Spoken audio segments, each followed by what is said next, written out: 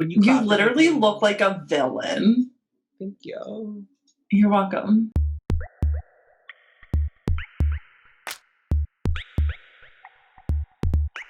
Hi. Hello. Welcome To It Bears Repeating. And It Does. Your pop culture expansion podcast. Is that how it should be said? We should work on it. Yeah. I didn't know that we were like changing that. I just was like, I was thinking, and I was like, we are pop. This is what this is now. We expand. It is what this is. Pop culture. Take a deep dive.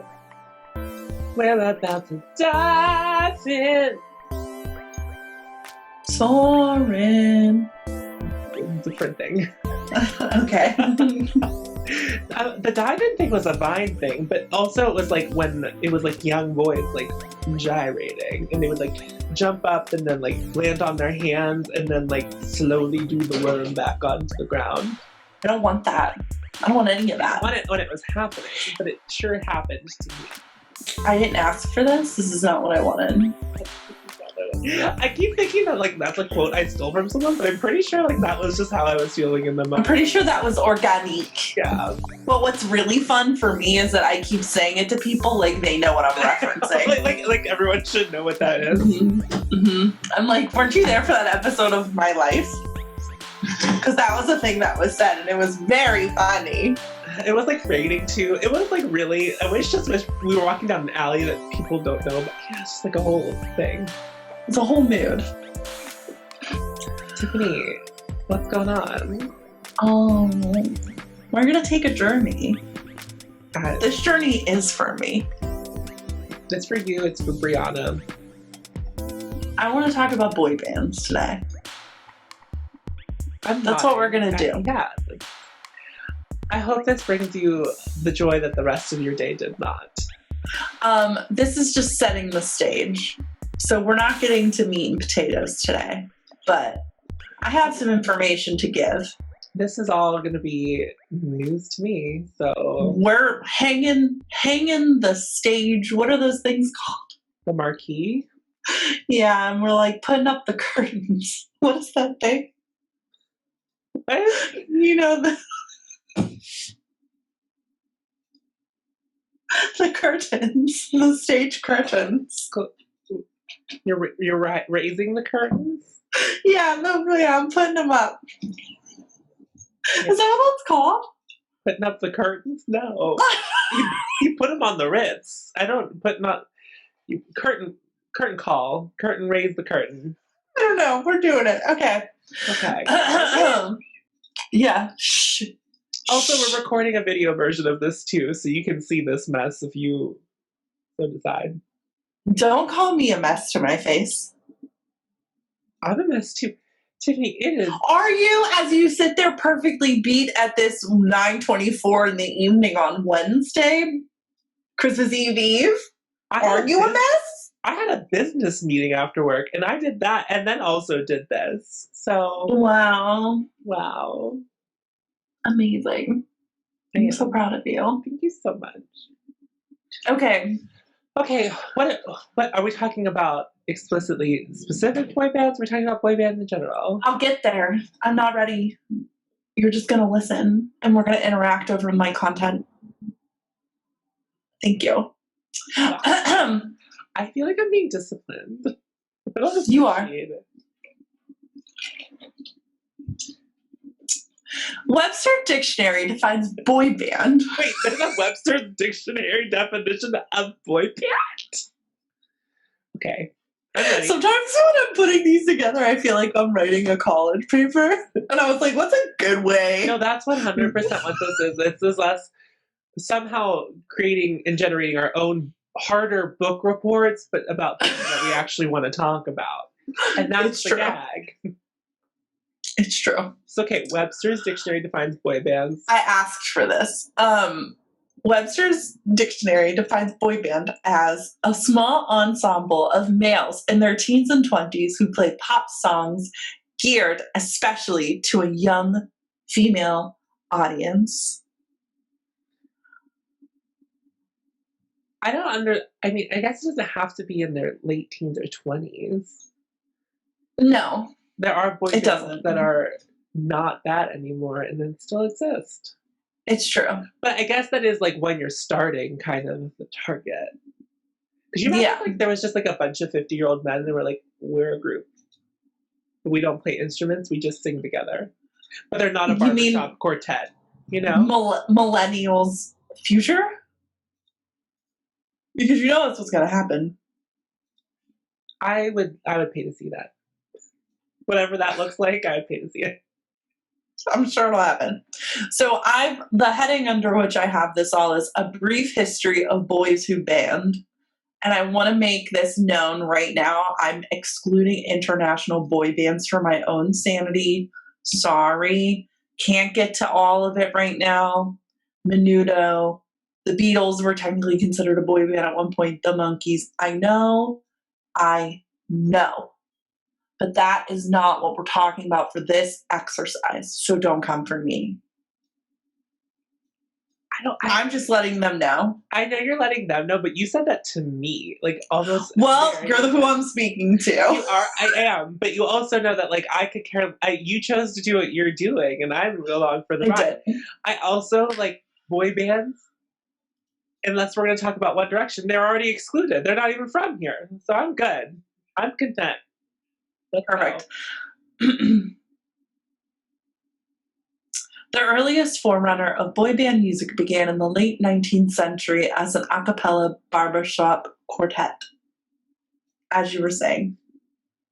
They were usually a group of males and sang in 4-part harmonies. Barbershop quartets were popular into the earlier part of the 20th century. Okay. Boy band music, like all popular music. Were there like popular barbershop quartets? I'm sure there were, but I didn't go that hard. Okay. Not on her. Just establishing. Okay, just establishing. I'm just I was just asking. Imagine this as a funnel. We're at the top of this funnel. Wide base. We're circling and we're going to get more specific as we make our way down. Like one of those funneling water slides. Yes, or like those things at the mall where you would put the penny in and then you'd watch the penny go round and round and round and round. And it was just going to get donated to something? Mm-hmm, but you got the satisfaction of watching it go down the thing. Wait. Boy band music, like all popular music, is founded in Black music. It just is. It's a thorough line throughout all of popular music. I mean, true. Just as it is rock music, etc. A revival of the male vocal group took place in the late 40s and 50s with the use of doo-wop music. Doo-wop is a style of R&B marked by one more time. Doo-wop. Doo-wop. Doo-wop. It's so hard. Why are you doing doo-wop? You did that. Can you get the fuck off of my neck? Please. My God. You always say it like that. Yes. Doo-wop be like that sometimes. I'm thinking really hard about what I'm saying. So maybe that makes me hit the consonant a little harder. I don't know how to continue to say it now. Just try it not as harsh. I just doo-wop.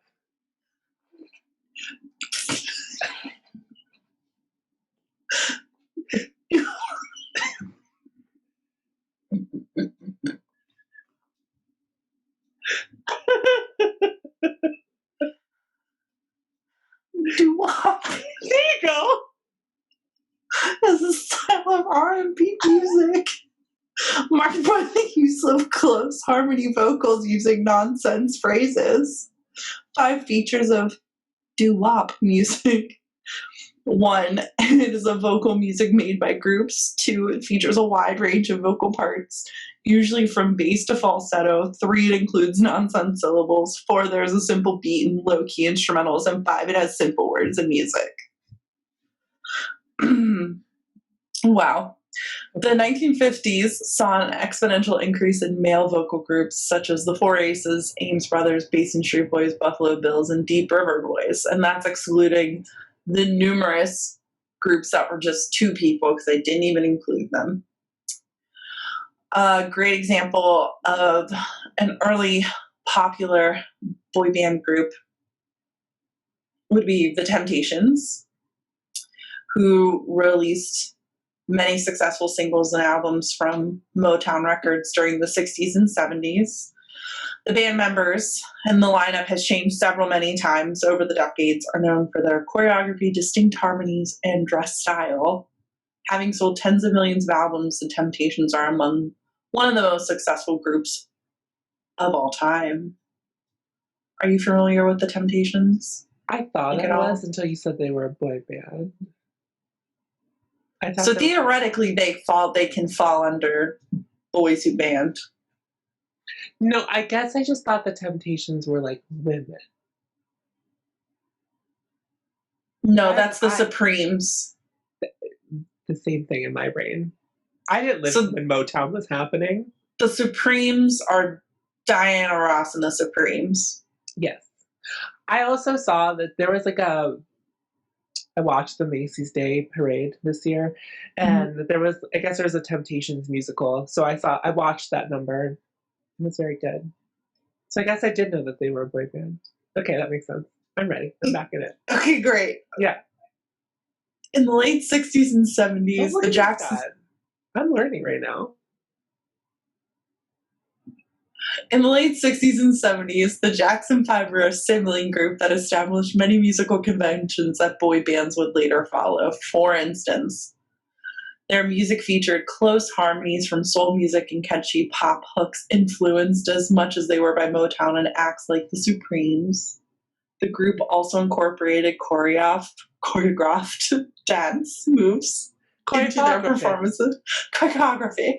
All members of the band sang, which is a common convention, as opposed to having a front man and the rest on instruments. Thus, no one person dominated the stage. I feel like that's incorrect for the Jackson 5, but okay. I think it ultimately ended up not being the case. But when they were simply the Jackson 5, it was not. Okay. All about Michael. Formed in 1978, New Edition was seen as the 80s answer to the Jackson 5 when their 1983 single, Candy Girl, took over the airwaves in the hearts of many young girls. Formed in Boston and guided by producer Maurice Starr, New Edition, which included at the time Ronnie DeVoe, Ralph Tresvant, Bobby Brown, Michael Bivins, and Ricky Bell, released double platinum LPs like Heartbreak and love tunes like Telephone Man and Cool It Now. Members ranged from 13 to 15 years old when Candy Girl first popped off. They consistently topped the charts, and they did it all with the crispiest. What is this? I don't know. They danced well also. I don't know. It's fine. They hit the whoa, if you will. That's what I'm trying to say. Yeah. In 1985, Bobby Brown left the group for a superstar solo career and was replaced by Johnny Gill. Most of the group members have produced hit music outside of New Edition, especially Ronnie DeVoe, Michael Bivins, and Ricky Bell, who scored major hits as the group Bell Biv DeVoe. They led R&B into the hip-hop era and helped define New Jack Swing, which mixed R&B, jazz, electronica, and hip-hop. New Jack Swing. Yes. That's like a term that's not thrown around common day, but as stated, yeah. I mean, there's a lot of genres of music that exist that I listen to that I don't know, so. Correct. So you've probably heard things from this time that are within that genre. It's a very specific way to describe it. But I thought it was interesting because I enjoy a lot of things from that time period, a lot of music. Mm-hmm. And I never realized that New Edition was that significant, nor did I know that members of Bell Biv DeVoe were also in New Edition. So that was surprising for me. I think I did know that, but that's because I have a good friend who is 12 years older than me. So was part That'll of the help. culture. Yeah. It is a part of the culture. So a lot of people credit New Edition as sort of being the tipping point. This is like That sort would- of the modern boy band. The point, yeah, kind of like the very tip of it. Because like New Kids on the Block can't be far from where we are now. That's where we're headed, actually, because did you know the creator of New Edition, Maurice Starr, went on to create New Kids on the Block? I did not know that. Me neither. And he modeled the group directly after New Edition, except all the members were white teens singing just pop music targeted for teens. Whereas at the time, New Edition was sort of, I think, pushed more so on R&B radio, Yeah. not necessarily taking the pop route. Whereas like New Kids on the Block was designed specifically for the pop radio. It feels like this is like truly the time where like marketing, they were like, I have a specific vision about what these 5 teens should be marketed to. Definitely. We're starting to see that, and especially with New Kids on the Block, they used a lot of marketing to their advantage. Because I feel like if you think about like the Beatles, they probably weren't like, young teen girls are going to love this. And the Beatles probably didn't think, we're writing this for teenage girls. Do you know what I mean? No. Like, that wasn't like the thing. That's just sort of what happened, I think. Yeah. But I mean, technically, you saw sort of, what's the right way to say it? Teens flipping the fuck out, Beatlemania style. They did it for Elvis first. Whereas, like, people would go to Elvis concerts and women would literally be passing out because they would be so overcome by Elvis and excitement. And then that you sort of see that phenomena echo throughout time. Have you ever seen the Bob's Burgers episode where Tina and Louise go see The Boys in Motion? No. Okay, it's a very good episode, and I think it'd be like a very good thing to pair with this episode because they're like in the venue and Louise is like pretending that she's not into The Boys in Motion and is just going with Tina to like be her rock. Well, they're like in the lobby and then one of them says something about boys and then this background character goes, boys! And then just starts vomiting.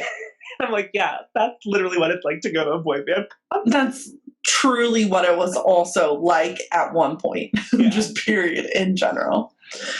So New Kids on the Block emerged in the mid-'80s, combining R&B groups, infectious pop hooks, and a dynamic dance-oriented image all into one with white boys. I feel like that's important to state because I would say New Edition was more talented, but was not as popular.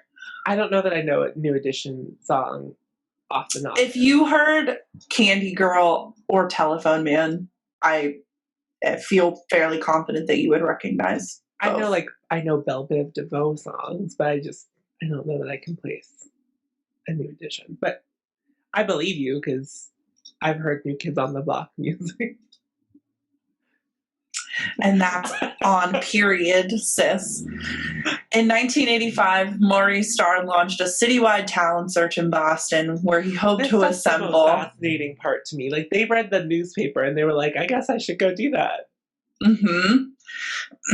He launched a citywide talent search specifically to assemble an adolescent vocal group. Donnie Wahlberg, Jordan Knight, John Knight, Danny Wood, and Joe McIntyre were soon recruited to join, with Starr presiding over the young teenagers as manager, choreographer, songwriter, and producer. A contract with Columbia Records followed, and New Kids on the Block made an enthusiastic debut with their self-titled album in 1986. At the time, the group's oldest members were barely 16 years old, while McIntyre was only 12.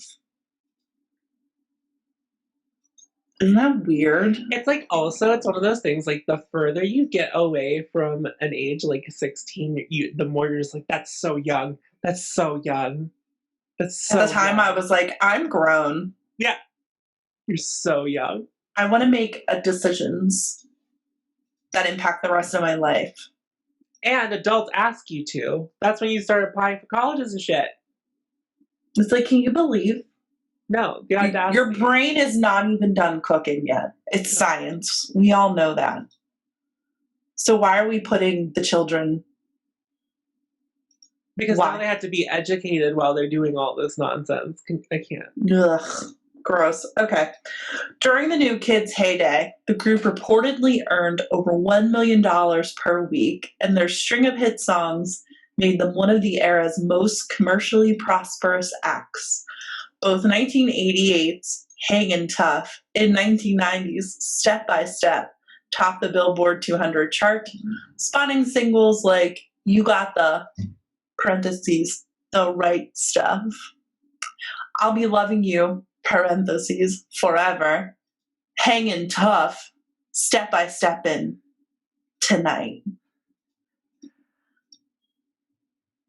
I made friends money at the age of 16. They were making $1 million a week.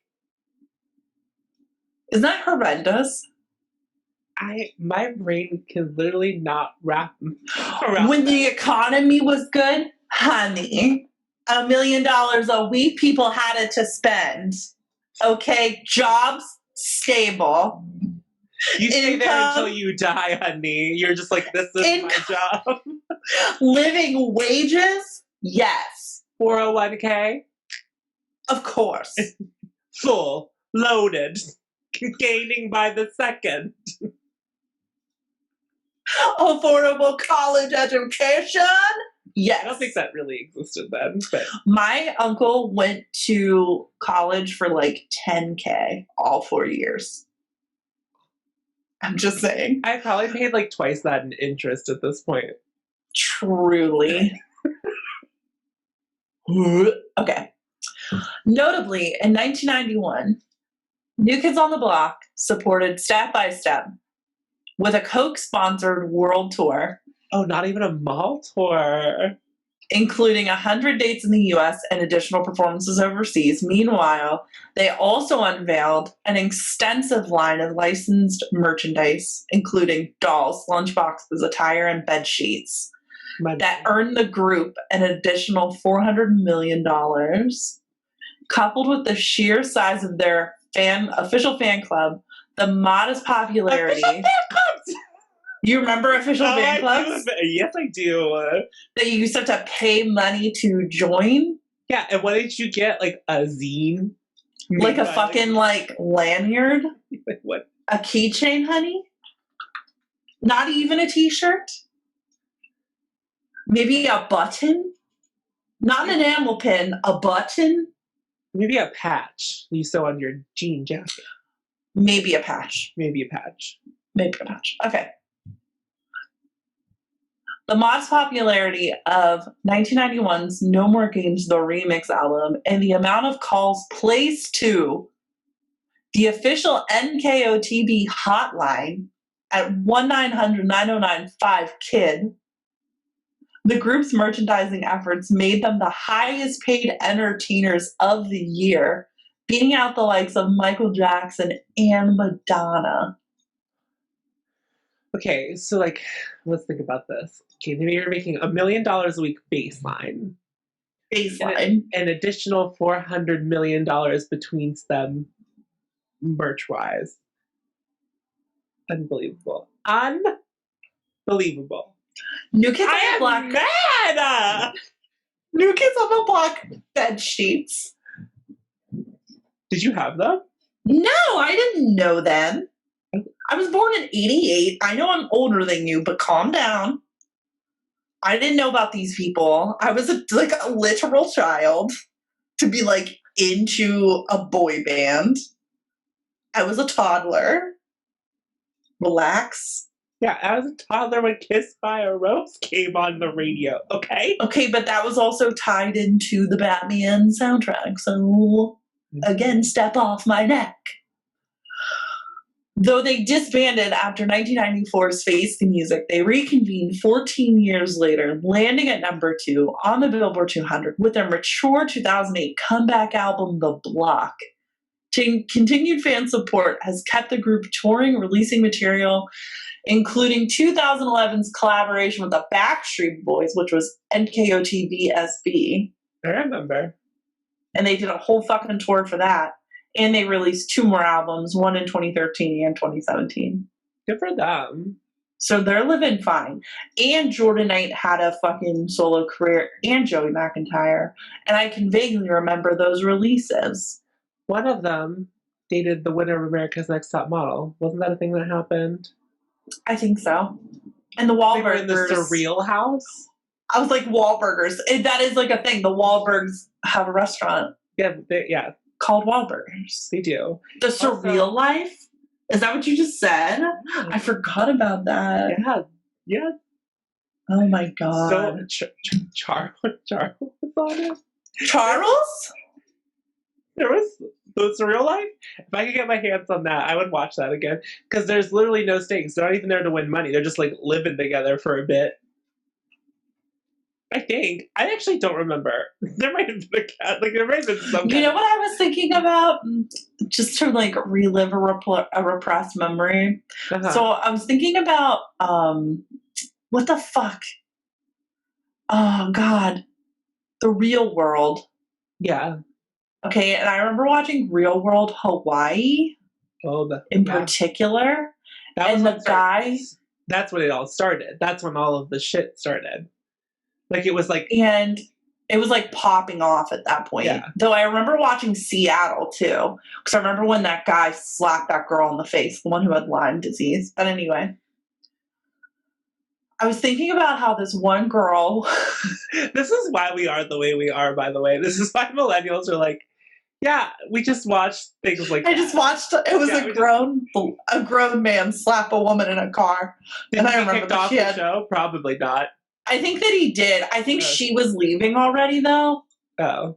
I don't really remember. So anyway, there was this girl, and she was dating the guy who's now a wrestler, and he's called The Miz, but he was on The Real World first. Yeah. And then she dated him while they were in the house together, but then they awkwardly broke up because that's like always what happened. And then she was singing a Beatles song to him, and I remember at the time being a child and still cringing internally and just like, this is the worst thing I've ever seen. Yeah. And the image of her doing that and everybody being forced to watch her is emblazoned in my mind. I think about that.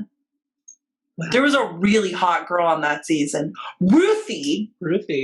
Yeah, I remember Ruthie. I watched the challenges before they were like the challenge. Do you know what I mean? Like what they are now. That's what got me started on thinking about this, because there was like a YouTube ad for the challenge. Mm-hmm. And I was like, the challenge? And then I put it together and I was like, oh my God.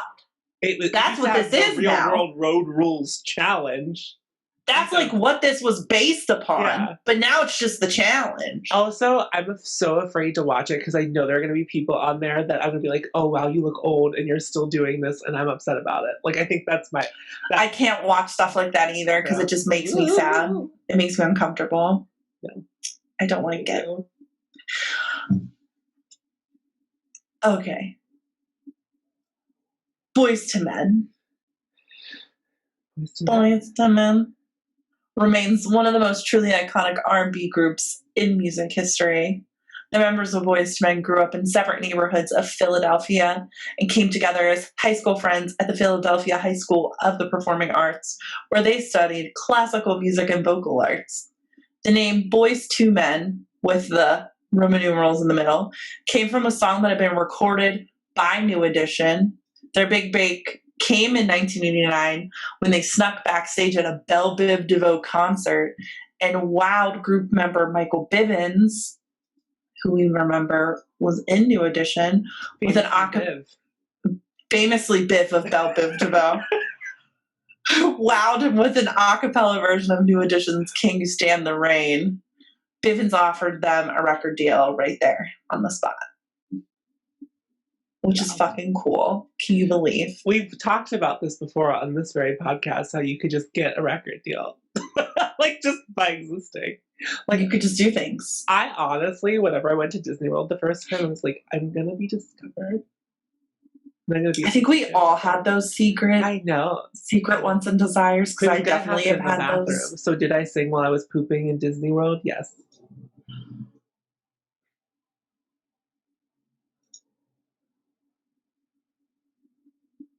Is that what you did? I did.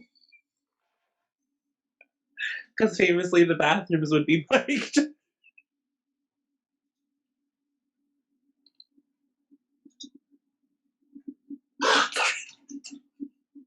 There's something I really needed about that information, but like I needed to know that, and I needed to know that right now. I'm really glad. Thank you for telling me. You're welcome. Can you feel the love tonight? The child logic of that is just so perfect. Yeah. It was really, that makes me like you more.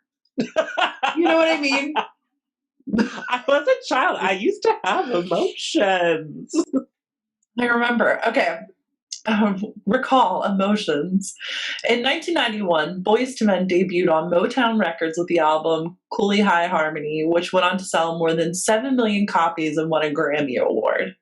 In 1992, the recording of End of the Road from the movie soundtrack of Boomerang, fucking soundtracks, man, spent 13 consecutive weeks in the #1 slot on Billboard's pop chart, eclipsing by 2 weeks the previous record set by Elvis Presley, Don't Be Cruel, backed with Hound Dog in 1956. In 1994, the group helped write and produce the album Two, after Whitney Houston broke their record by spending 14 weeks at #1 with I Will Always Love You.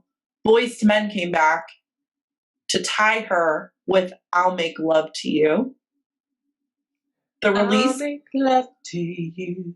iconic, famously iconic. The release of their follow-up single On Bended Knee put them with an elite group of artists, Presley would include Presley and the Beatles, who replaced themselves at the #1 spot. So they were #1 with I'll Make Love to You, and then came out with Bended Knee, which then immediately went to #1. Wow. So they literally replaced themselves, which is fucking iconic behavior through and through. Truly. Their biggest selling single of all time came in 1995 with Mariah Carey, called One Sweet Day. It was virtually a guaranteed blockbuster. It went on to spend 16 weeks at #1, debuting in December of 95, making it the third such record-setting single of Boyz II Men's career. Back when they released music in December. Could you imagine? So literally 4 months of One Sweet Day in the #1 spot. And I remember this because I would listen to B94's like little countdown. Yeah. Like the 9 at 9 maybe or something like that. I don't remember. But I don't remember what it was called. But I remember this song was like continually #1 and I would get excited. I don't think I'm aware of this song. It's about someone dying. Famously. Okay. It's dramatic. Boyz II Men's music, I feel, can be summed up in the word dramatic. It's very dramatic. Love is the way till the water runs dry. As we continue to recollect, it's just more and more apparent that music was very dramatic between like the early 90s to the mid-thousands. I miss that. I'll make a love to you. Have you listened to like a lot of Boyz II Men or no? Okay. Well, R&B? No. My parents didn't really like, they weren't music people. Like, so we would like, whatever was on the radio would like play. But like, we weren't like, I don't know. I was like the first person in my family to ever like play an instrument, like, you know, like be Sure. musical and like be as interested in music as I am. So that's why it took me time to find things. Yeah, that's fair. I mean, there's still a lot of things I don't fucking know about either, but it just so happens this was the one thing I was exposed to. No, if anything, I learned from Recollect. If there was '90s R&B, you knew about it. I just be fucking knowing some stuff. I be knowing. Yeah. So they came out with another album in '97, which had several hits on it, but did not sell as well as their previous efforts. They've continued to release albums over the last couple years, and their most recent record came out in 2017. They are now just a trio as opposed to all four members because one of them had to leave due to health issues. But happy to say they're all well and thriving, truly. That's great to hear. Boyz II Men is fun to listen to simply because they're also wildly talented. I mean, yeah, it started in high school. Water Runs Dry, like, I'm gonna have to I'm gonna have to recommend that you listen to that. Like, One Sweet Day, if you play some of it, you're either gonna know it or you're gonna be like, literally, what is this? But it's so dramatic, you can kind of respect it too. Mm-hmm. Boyz II Men can also sing at the same level as Mariah Carey, so it's like truly impressive to listen to them singing together. Yeah. But literally the song is like very depressing. Okay. I'm ready. At one point, Mariah Carey literally sings the line, "Waiting patiently to see you in heaven." Like, that is like in the song. Truly. But it's so dramatic. I don't know. The drama, mama. Worth it. I'm going to listen to Water Runs Dry after this. Like, because that song was everything. Okay. All of this.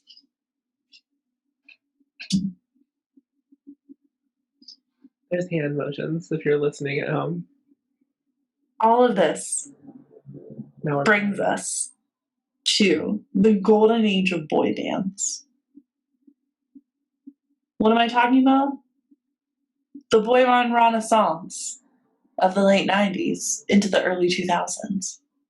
I'm talking about O-Town. I'm talking about LFO. I'm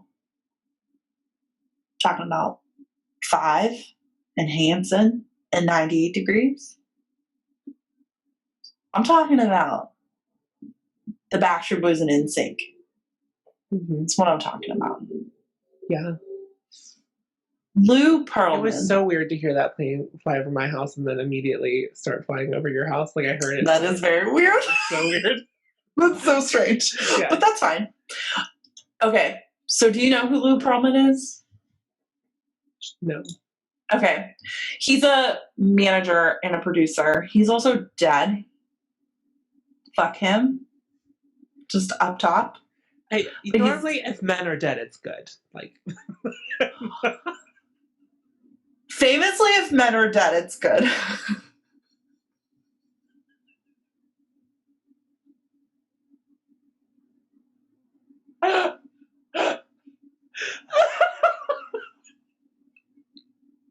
Me and my dad.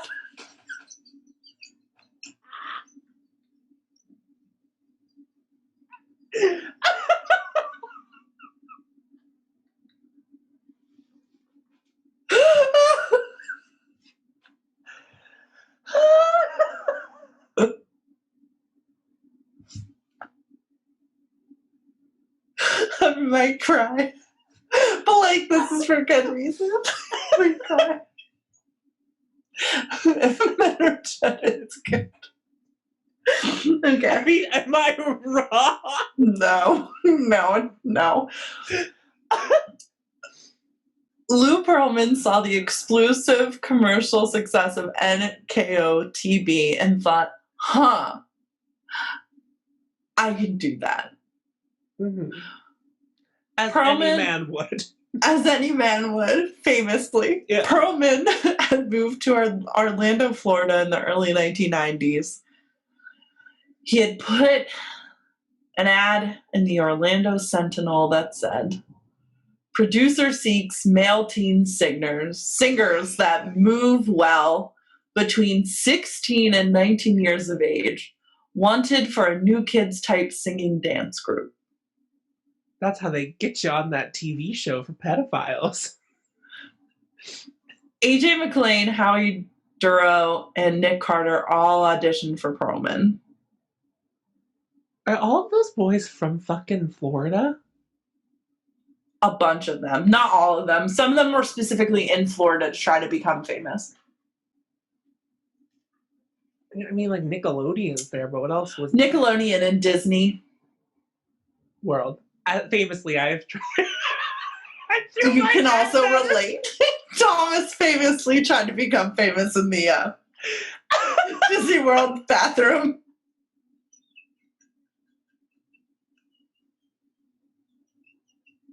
Who am I to judge?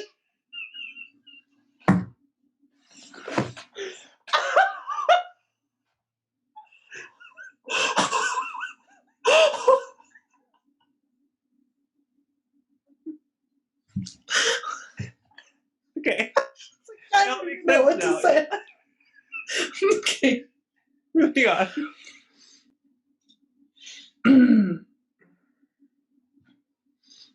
They wanted 5 members to make up the group.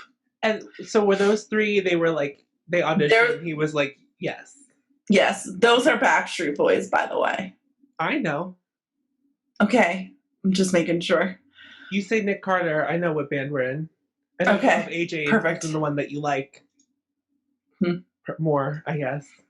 Correct. There's Kevin.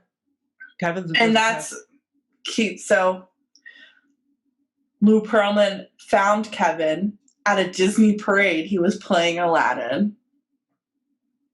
So never say never. Never give up on your dreams. Is Kevin like much older than the other guys? Yes. Okay. He is. He's older than everybody. He's the oldest. I know some things. I'm so proud of you. So once Kevin signed on, one of the managers said that Richardson recommended them his cousin Brian Luttrell, who at that same time was singing at a local church back in Kentucky. With Luttrell on board, Perlman had his first boy band in the making.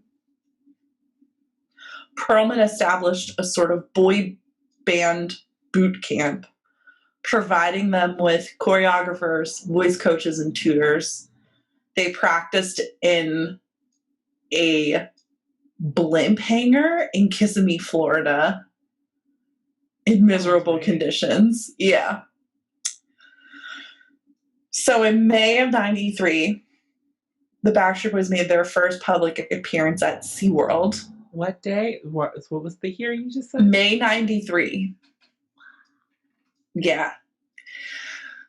Perlman made a tape of the performance and sent it around to people in the industry.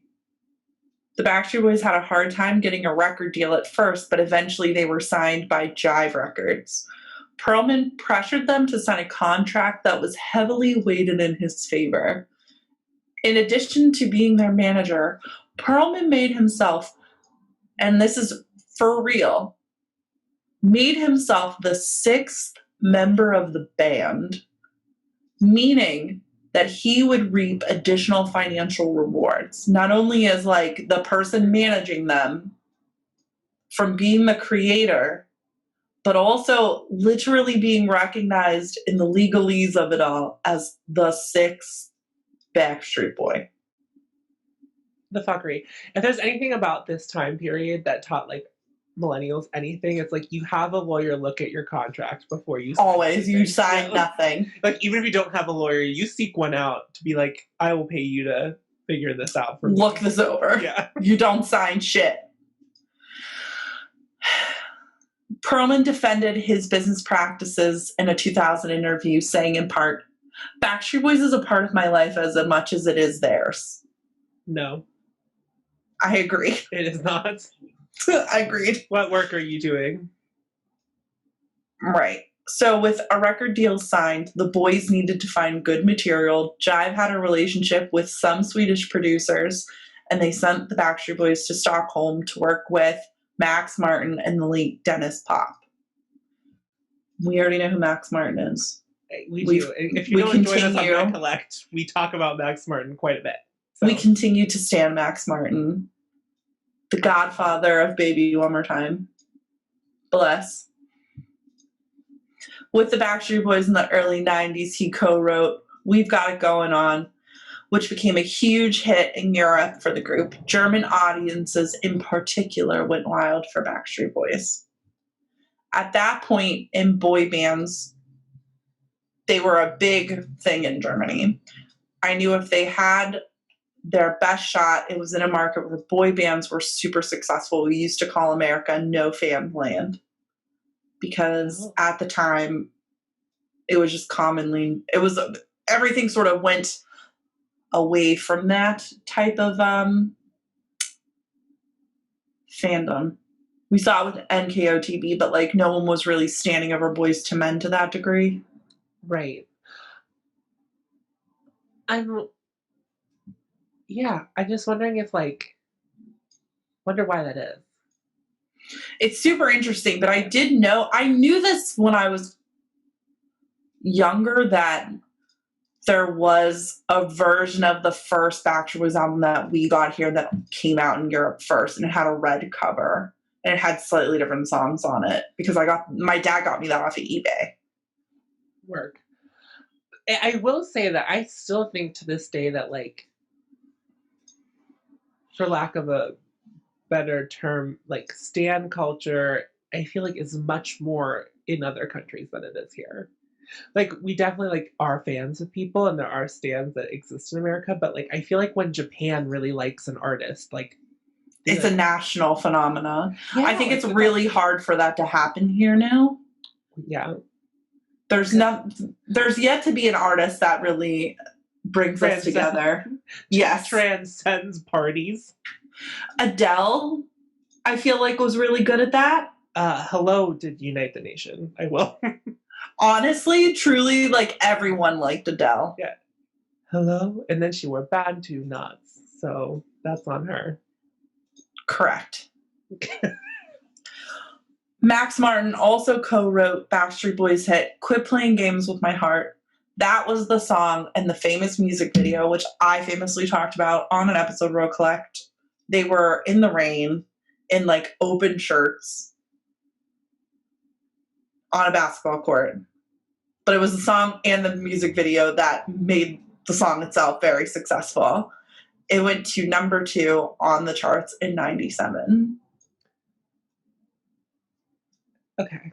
So these boys were out here hustling, and I cut out a bunch of stuff. They did shows at high schools. 3 days, 3 shows in a day. We're busting ass. They could not do that today. Could never do that today. No, because if you threw out a 5-piece boy band in front of Gen Zers, they would get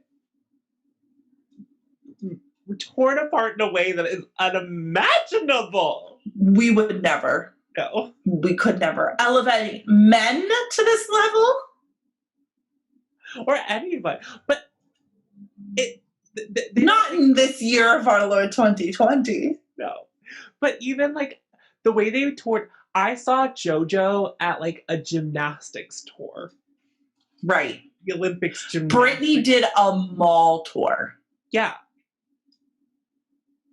But Fifth Harmony did a mall tour when they were starting. So, and they came off a television show. So that's in a mall. Mall. In a mall. Yeah. In a mall. In a mall. In a mall. Doo-wop. Doo-wop. Capital D. It's really fun to say. Yeah, you really did enjoy saying it. Okay. I just spit all over this. That's nice. Okay. I'm far enough away where that doesn't matter right now. Nope. As Backstreet Boys' fame grew, Perlman secretly started working on putting together his next boy band. I guess who it was. Is it NSYNC? It is. The new group became NSYNC, and it was made up of Justin Timberlake, JC Chasez, Joey Fatone, Chris Kirkpatrick, and Lance Bass. I'm going to quote Chris Kirkpatrick. Okay. When I first sat down with Lou, he had it in his mind that he was ready to have another band. So right away I was totally in. But he had this weird, it was always like a secret. Like everything was, I'm doing this, but I'm also working with them, so don't tell anybody about this. Don't say that I'm involved with you. Don't say that you even really know me. But I'm going to try to help you guys out.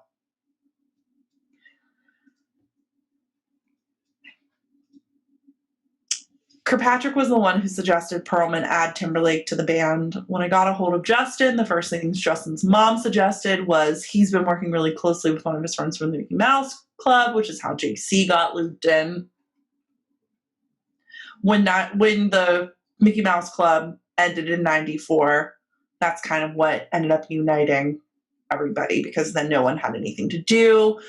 And Joey Fatone was brought into the mix because he was performing at Universal. So really big things were happening in Florida during this time. Yeah. Performers could perform. Not for me. Not for you, but for everybody else that wasn't also, singing. I was like 5 when people were getting plucked out of Disney World, so it was.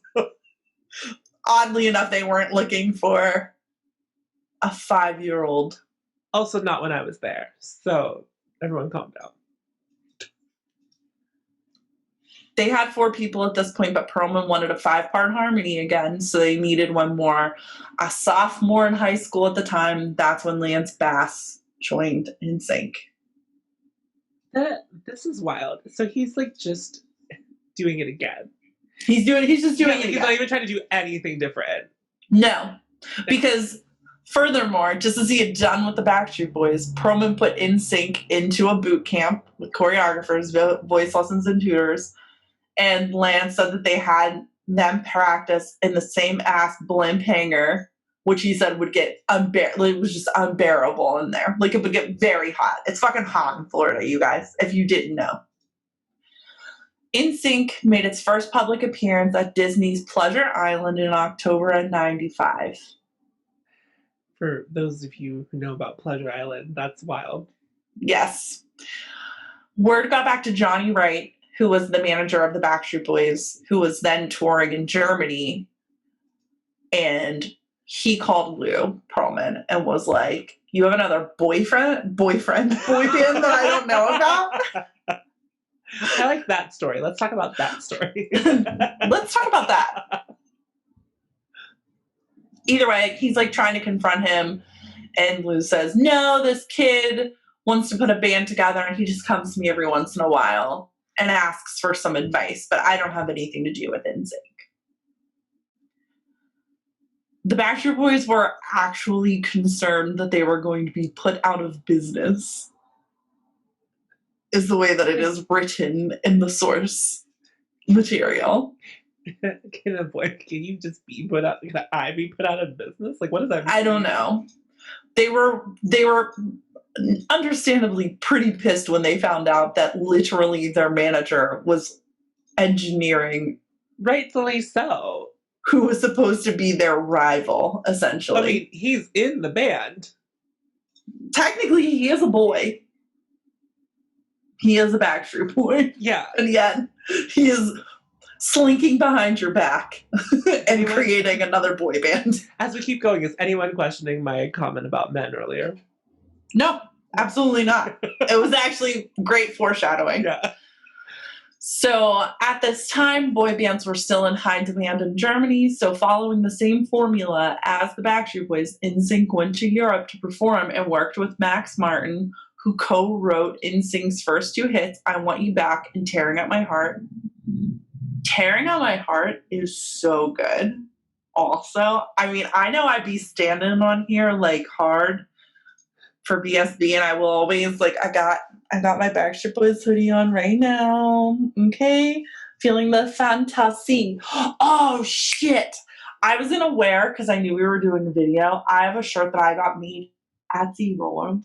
The SeaWorld in Ohio, not Florida. Yeah, I know what you're talking about. Okay. Do you recall that they could make t-shirts with like your face in them? No, I don't remember that. Okay, so I have a t-shirt that has like the Backstreet Boys on it, but also has me in it because like they sit down and take your photo and then like put you in the photo. And then it says across the bottom, Tiffany loves the Backstreet Boys. Like in like font that's like almost impossible to see because I made it yellow because that was AJ's favorite color. And then there's like a bunch of exclamation points. I'll take a photo of it. We were doing some like weird shit with shirts in the 90s. You could just go to the mall and get like an airbrush thing. Like that business stood in Century 3 Mall until they fucking locked those doors, honey. The airbrush place stayed strong. There was an airbrush place in there till the very end. Wow. Unbelievable. Yeah, that's truly unbelievable. One of my greatest life regrets is never getting an airbrush t-shirt. I had one. What did it say? Tell me. You better tell me. It said, "Da man" in black and hot pink. I know there's photographic evidence of that one. I'll have to find it when I go to my parents' house. Remind me on not tomorrow, the next day. You remember that shirt I described to you? No, why would you remember off the top of your head? But I described a shirt to you. I know. Better? I don't know. Like, you can't just be like, remember that one thing. You remember, I was talking about the LEI, like, outfit that I had with the crushed velvet. I swear to God, I'm wearing that shirt in the photo that is on this shirt. Oh. Yes. Talk about Inception. Anyway. In Europe, NSYNC were on the cover of every magazine. And when they released their first album, they blew up. It was huge. Big deal. NSYNC's trajectory in the US changed once the group performed at a Disney concert that the Backstreet Boys had turned down. The Disney Channel played the concert over and over and over. Is this the one we were talking about? I think that this came out before the one I was watching the one day. No, I meant the, it wasn't one of the ones that like showed on Disney Channel, was it? I think it is. Spears did one and M2M did one and... Yes. Okay. I think this might have been one of the first ones. Okay. And they agreed to it. So it was like very popular. Anyway. They were the tip. Oh, they were events. Yeah. Back when events happened on TV that were significant. Mm-hmm. We cared a lot. Ultimately, Perlman's shady business practices came to light. NSYNC discovered they had the same exact contracts as the Backstreet Boys, where Perlman legally made himself the sixth member of their group, allowing him to take 1/6 of the band's profit on top of making management fees. Can you believe? After their attorneys found a small loophole in their contract with Perlman's label Transcontinental Records, NSYNC jumped to Jive Records, the same record label as the Backstreet Boys. And did that cut Perlman out of there? It did eventually, but it was like a big fucking deal. And then on top of that, he technically owned the name NSYNC, and they had to go to court at the time to literally fight to have their name because they technically did not own it. And I can recall the time that they were in court, but a lot of this stuff got handled like way after the fact because it took so long to settle. However, the thing I was reading, truly, like none of them really had any money. They were doing all this work and like performing and putting in all this time and effort, and they like truly had nothing to show for it. Because that's such a shame, because it definitely feels like New Kids on the Block when they were a thing, like they were getting their money. Sort of seems that way. Yeah. But it just so happened this guy had his fucking hands and everything. Also, as an FYI, Perlman went on to create more bands after this, more musical acts.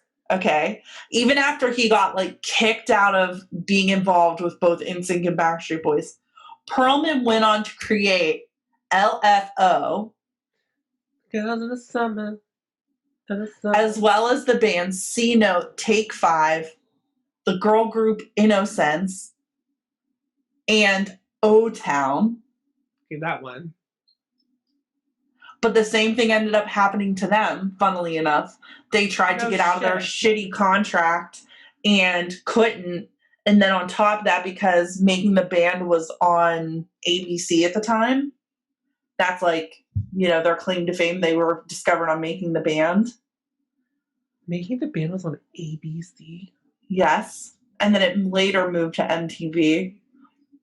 ABC technically owned ABC in part owned the name O-Town. And then when they tried to start recording again a couple years ago and like trying to revive the group, literally they were told they can't because they don't own the name. So they were like, sorry, you could be somebody else, but you can't be O-Town, which is like, well, no one's going to know who the fuck we are, give a shit if we can't call ourselves O-Town. So fuck us, I guess. But the acts that he brought up after Backstreet was in NSYNC all got fucked, essentially. In some ways harder because they couldn't even achieve close to the level of success of Backstreet was in NSYNC. And then got like, you know what I mean? At least the Backstreet was in NSYNC could get away from this fuckhead to continue to be successful, where these other groups didn't even really get to experience like true levels of success, and then also just don't own anything. That's, I mean, oversaturation too. Like if you keep putting out boy bands when there's 5 to choose from.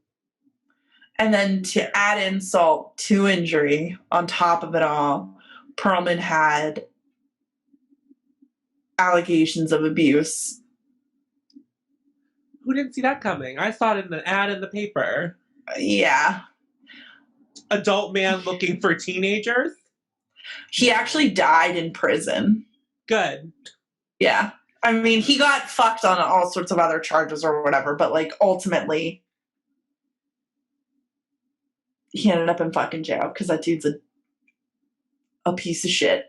So I think this is all very interesting because we already know or have known, at least in passing, that all of it's engineered.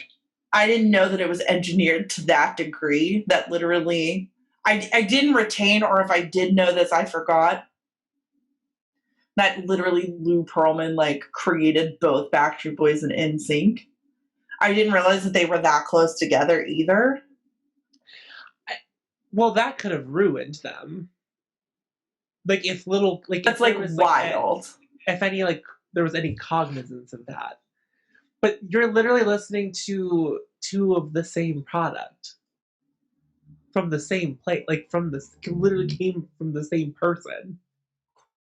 Quite literally. Worked with the same. But both worked with the same songwriters. The same producers. Yeah. Truly. Were put through the same rigorous training to like become in a fucking the boy bands thing. What the fuck? Yeah. Yeah.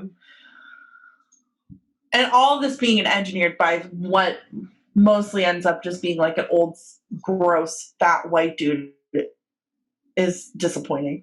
Like, that's a bummer. But all that being said, what a moment in time. Truly the late 90s into the early aughts. As I said, I don't feel that it is overreaching to say that boy bands have not hit such high heights. Because while we have had the likes of the Jonas Brothers and One Direction since, again, lacking that unification of the nation. I would say One Direction is probably the closest thing we've had. Jonas Brothers feels. I would say I say closer. close. I'm not saying Right. But everyone felt like they had a horse in that race. NSYNC versus Backstreet Boys. No, that's not true. But okay. Most people. There. That's most people. Many people. And I feel that a question that has haunted pop culture for these last 23 years is who does Tom think is better? No. Who is better from this period? Is it Backstreet Boys? Is it NSYNC? And I would like to take this opportunity. Excuse me, I'm speaking. I would like to say that I'm taking this opportunity to answer that question. I'm going to go ahead and throw myself on the sword to answer this question. And you may be wondering, how am I going to answer this question? How does one even evaluate such a thing? I'll tell you. I'm creating a rubric, honey. This is going to be adjudicated. Okay. It's going to have categories. I already have some written down. I've been taking notes. Andrea created a spreadsheet for me, honey. It's going to be scored 1 through 5, just like my papers were. Musicianship. Choreography. Marketing. Money's earned. Album to album. What was better regarded at the time? So, and then you're just tracking the first 3 albums of each. Or yes, I believe so. No, we're talking just from this time period. So from whence they got very popular, from when they got very popular in the US, which is like late 90s to 2000. I don't think there's any reason to go beyond 2000. Well, one of them, bands just stops existing at a certain point. True. But I don't want that to be held against them. No, that's why it doesn't make sense for you to continue to, because money's earned. I feel like the Backstreet Boys would have had to make more money over time just because they... Well, naturally, because they continue to earn money. Right. So I think if we take the peak and cut that piece out, that's what I'm going to be looking at. And while I am a Backstreet Boys stan, I don't know if you boil it down to black and white terms if they're going to be considered I don't know best. Either. Because when I think choreography, I think NSYNC. Well, never mind. It's like it's not my race. We're going to take the journey, and I'm going to reach out to some people. I'm going to get some other opinions. I am constructing what will be one of the most important works of my lifetime. Not the important work. That is still to come. But this is something I feel that I must do. This is your master's. This is not your doctorate thesis. No, but I owe this to 8-year-old Tiffany. Just rewinding that tape, listening to that Backstreet Boys album. I owe this to her. We're going to go on this journey. I'm going to delve into culture. And we're going to figure this out. Okay. That's where we're headed. I feel like I just get to sit here and enjoy. Well, it'll be great because you're going to be objective. I mean, you're going to be hard to please regardless because they're men. But at the same time, you'll be fresh eyes. In that.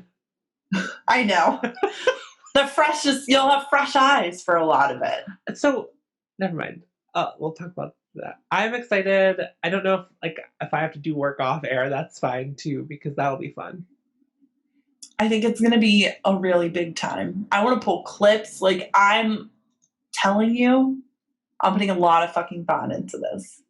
I feel like I was born to do this, melded by my time living in the peak. I got to live through this and be tapped into the culture. What a privilege.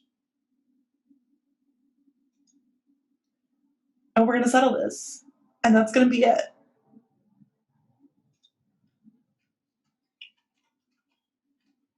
We're going to figure it out.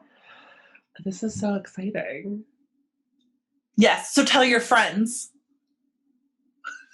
Rate, review, subscribe, share. Let them know. This crazy person. That 20 years after the fact, we will definitively We're gonna decide. We're deciding. Which one is better. Yes. We're just going to settle it. Squashed. You would not believe how many times I read the phrase, the best boy band of all time, in regards to each of these individuals that were named. Mm-hmm. Boys to Men, best boy band of all time. Now, are we going to take deep dives into them beyond finding out which one's better? Like, just stuff that happened? Probably snippets here and there. Okay.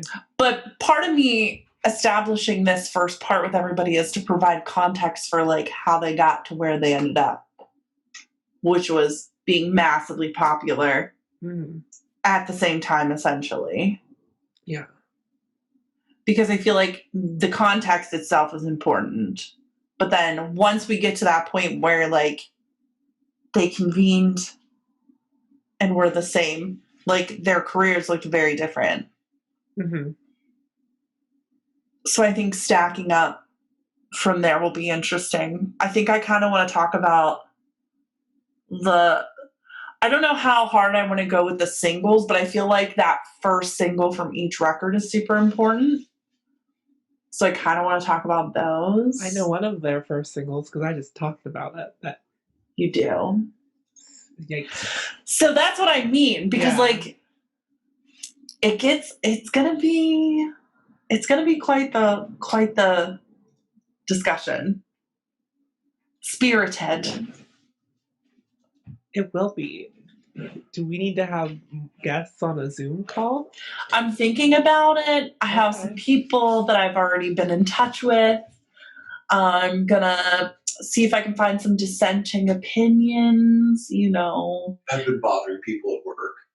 Oh, so I started this whole discussion. I mean, I've started this discussion a while ago, but recently it was renewed as far as like what the best pop song of all time is. I saw that but then Instagram. Yes, and now Joshua is also speaking to people in his workplace about who was superior. Who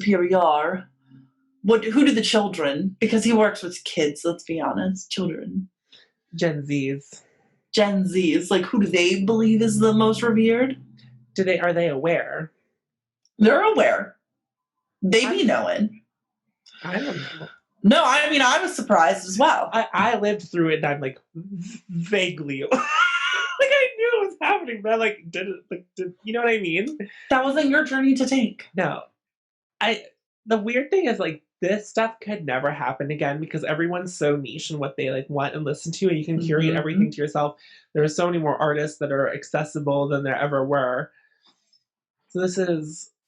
I also feel that there is a willful ignorance that's required in this kind of fandom that no longer exists for the most part. Well, we talked about this on Recollect, but like what was fed to you is what you ate. Yes. And we don't do that now because we have the internet. Yeah. And we have a greater understanding of how things are made. Now we're like picky little children. They're like this, and we're like, no! And then we throw it. Yeah, we just throw it up against the wall. But at one point, yeah, when you're presented with... This is why soundtracks aren't a thing anymore, because we keep talking about how music was in soundtracks, but it was like being fed to us. But now we're like, now they pick songs, and they're just like, good luck. I don't know. Like, what are you going to do with it? I think the last soundtrack song that I'm like, cognizant of is the Charlie's Angels song that Ariana Grande, Lana Del Rey, and Miley Cyrus did. I would agree. I'm pretty sure that's the last one I'm aware of. Right. Don't call me Angel. It's like not even good. I listened to it a couple times anyway, though. I mean, it's not like bad, but it's like not.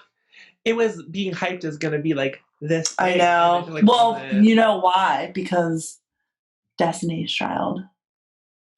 Right, but like it wasn't even like that interesting of a song. And then like no, you're gonna put Sleeper Lana Del Rey on a track that you want to. That's what I didn't understand. Yeah.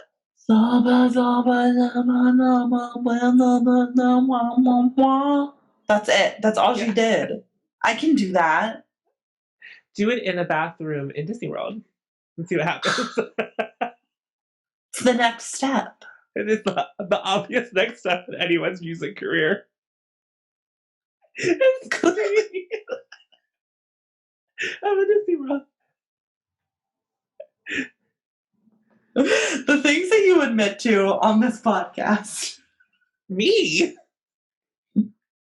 Me? What else have I admitted to that was... This is fun. Were you not entertained by my information that I shared with you? I am entertained. Yeah. Are we not a podcast that is recorded to entertain people? I'm entertained. I don't see the problem with the facts that I share. Oh, I don't have problems. You've got way off track. Okay. If you have an opinion that you would like to share with me, I'd be willing to entertain it. Send us a voice memo at itbearsrepeatingpod@gmail.com. I would love gathering testimony. Yeah. Please. You know what I just remembered? I just had like what did you just a flashback. I remember voting for I Drive Myself Crazy on fucking TRL because I was obsessed with that song. There's no way you know that. I think it was from their first. I think it was from NSYNC's first record. It was like prime time Justin Timberlake ramen noodle hair. Mm. Yeah. Yeah, I'm missed by a lot of this. Ugh. Oh my god. But I watched TRL, but like not when I was that young. Well, I was a little older than you, so I was probably like 11. Yeah, I'm just speaking my truth. Like I just wasn't watching TRL at the time. But like I definitely was listening to Britney Spears when she was first a thing. And the Spice Girls, obviously. Of course. But I don't think I ever saw like the Spice Girls on TRL. Like that, those two things never. No, I feel like they were before TRL was like as popular as it ended up being. Because I feel like TRL was around for a while, but it just like had not hit until it hit. Right. Like I don't remember how I ended up watching TRL, but I have very vivid memories of it. TRL was scheduled to be right when you got home from school. I remember they changed the time at one point, and I had to like run home. Like run home to get there. I remember talking on the phone through much of the show, and then when it was getting to number 1, I'd be like, I have to call you back. Because I would want to listen to it and watch it. And be like, I have to call you back. I need to watch the number 1 song. I'm sorry, I'm running out of my daytime minutes. Oh, I was on a home phone, honey. Me too. And I couldn't call people until after 8 p.m. Gotta get those night and weekend minutes. Do you remember when you used to have to dial like 10, 10, 10? Like all of those things that we had to do at one point? I don't know what 10, 10, 10 is. I remember phone numbers only having 7 digits. So there were like different services you could use to call like internationally or call unlimited if it wasn't a part of your plan, but you had to like dial an extension first almost. Or you were like you had to buy like a phone card. I'll have to come up with like specifics, but I like remember that was a thing that was advertised all of the time. And it's like one of those oddly specific things that time forgets because there's literally no need for it now. Right. But like I said, we only have area codes now because everyone, there's no long distance anymore. I remember when that happened. Me too. I've also dialed on a rotary phone before. So like. Me too. Yeah. I'm fucking old. We were at the end of that technology, by the way. Like, we weren't like, it wasn't like we like. No. Also, I don't know why I feel the need to defend myself. I lived through the time I lived through. And that's just what happened. I forget all the time how old I am. Well, that was going to sound really, like, the way it was going to cut out mouth. I'm not saying this, like, we keep up. And I think that's probably why, like, it's easier to forget. I'm also surrounded by people that are perpetually younger than me. That's true, too. But I don't think that's a bad thing. Yeah, that's definitely not a bad thing. Except for my sweet girlfriend, Anna, who is, well, whatever. I thought we already discussed her. Not really not discussed her, but, like, we've mentioned her before. Yeah, I don't know if I said, like, her name in conjunction with her being my sweet girlfriend, but I think that's okay. Wait, how old is she? She's 33. Oh.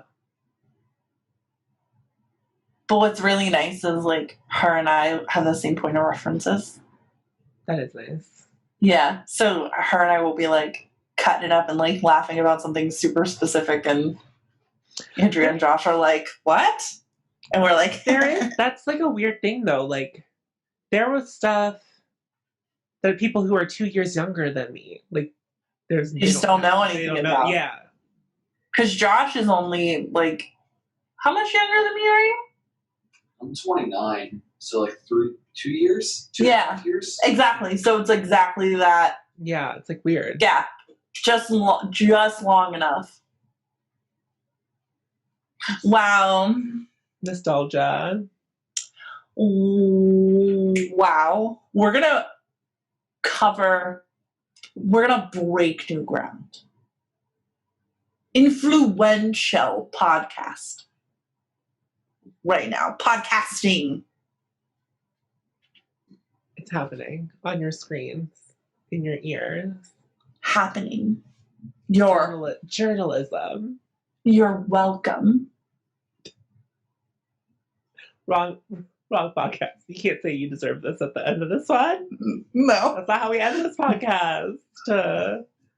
Wrong pod. Wrong pod. I do have a sincere thing. Please, if you haven't rated us in a minute, it might be time for an updated rate, because a lot of our reviews are still from when we covered Drag Race, which is fine because that is our past and I'm not ashamed of it. But also, we need more reviews about what we're doing now. So, like, people might want to listen to us, get it to them. And so just make sure, just help us out a little bit. That'd be super great. My wonderful boss, Gab, asked me today to explain, like, what the podcast is about and, like, what we started as. Uh-huh.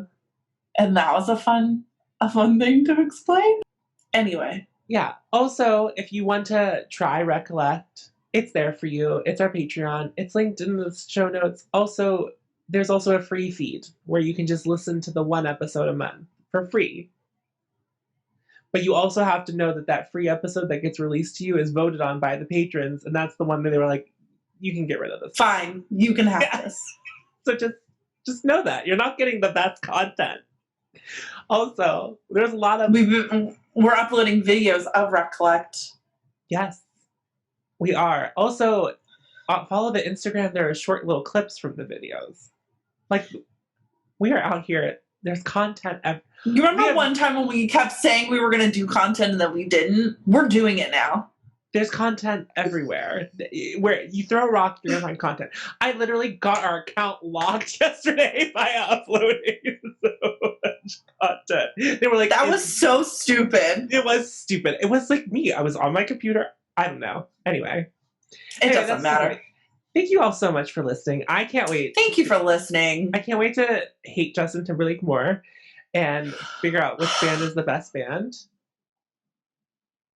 I can't wait.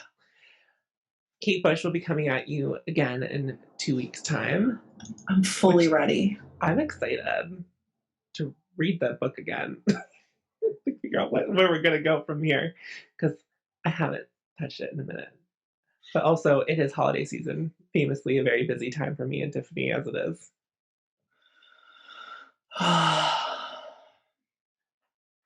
Almost over, though. It is. Well, Wow. with that, Love you too. love you too. Bye. Bye.